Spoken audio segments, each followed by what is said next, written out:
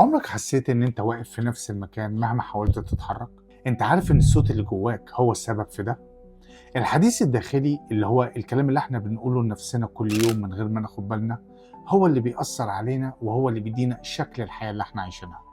أوقات بنشجع نفسنا وأوقات تانية بنجلد نفسنا بكلام قاسي. الكلام ده مش بيعدي كده وخلاص، ده بيتزرع جواك وبيشكل صورتك عن نفسك.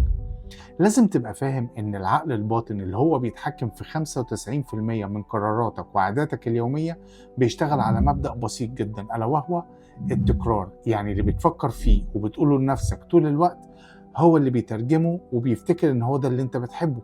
فلو فضلت تقول لنفسك أنا مش كفاية، أنا فاشل، هتصدق ده في الآخر. ولكن لو بدأت تردد وعود ربنا ليك وعرفت قيمتك وهويتك الحقيقية من كلام ربنا ونظرة ربنا ليك، هتبتدي تبرمج ده وهتبتدي تتغير. الكتاب المقدس قالها صراحة: كما يفتكر الإنسان في نفسه هكذا يكون. يعني اللي انت مؤمن بيه عن نفسك هيبان في حياتك. اختار كلامك مع نفسك، شجعها، سامحها، وافتكر دايما ان ربنا شايف فيك إمكانيات عظيمة.